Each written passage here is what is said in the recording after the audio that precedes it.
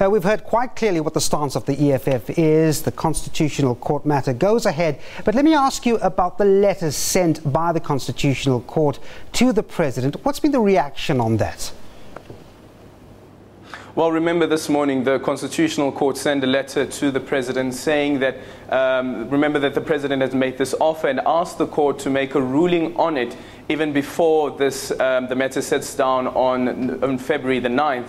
Well, the EFF basically welcoming that decision by the Constitutional Court to say that let the parties that are involved discuss the matter first, and then the deadline that's set out there is tomorrow at 4 p.m. in the afternoon. They have to indicate whether they all go ahead. For now, we know that it's the EFF and the DA that's going ahead with the matter. And considering that those two parties are going ahead, chances are that the Public Protector would also want to be involved in this case, because remember, last year she also successfully applied to be part of this case, saying that it has implications for her office as well.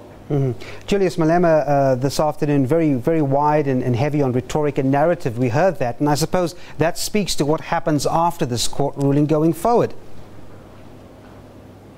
Well, that's what he said. He says that, listen, the President has admitted that he's guilty by offering to pay, which means inadvertently that the President is saying that he's guilty of stealing from the public purse, and they will have to see what happens to the President after that. And what the EFF is clear on is that they want the President to go. They don't want the President to remain in the office. They say that he has failed, and going forward there will be campaigns launched and to make sure that the President steps down. And Aldrin, you know, call it noisy, disruptive, whatever adjective you'd want to use. The State of the Nation address has always been colourful these days. It happens 2 days later after the court application. What do you think we can expect from that address? Well, I guess from the remarks of Julius Malema, we shouldn't expect anything different. We shouldn't expect a State of the Nation address that will run smoothly.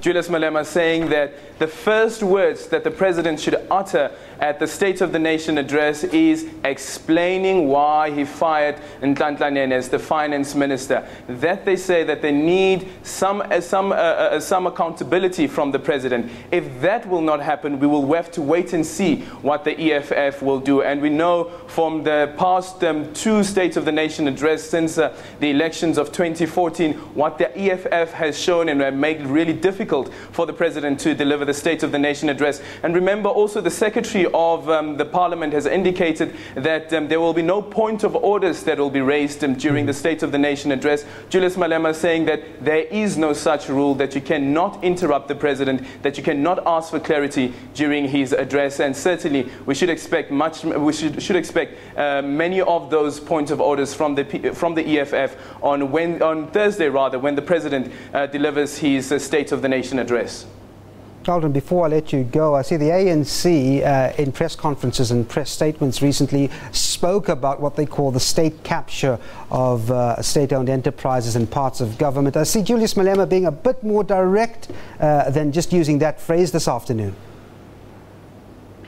Well, he went straight into it and he said that the Guptas must go. And that's the other thing that he said, that the EFF supporters will be marching against on February the 9th when they are at Constitutional Hill. They say that the President has too close to the Gupta family and the country is being controlled by the Guptas. He also indicated that the media houses that are owned by the Gupta family, which is ANN7 as well as the New Age, those journalists have been told that they are from now on barred from attending any EFF events going forward, because what Julius Malema says is that they are part of a propaganda machine being led by the Gupta family. Aldrin Sampear, thanks very much indeed for summarising that for us. He's in Bloemfontein.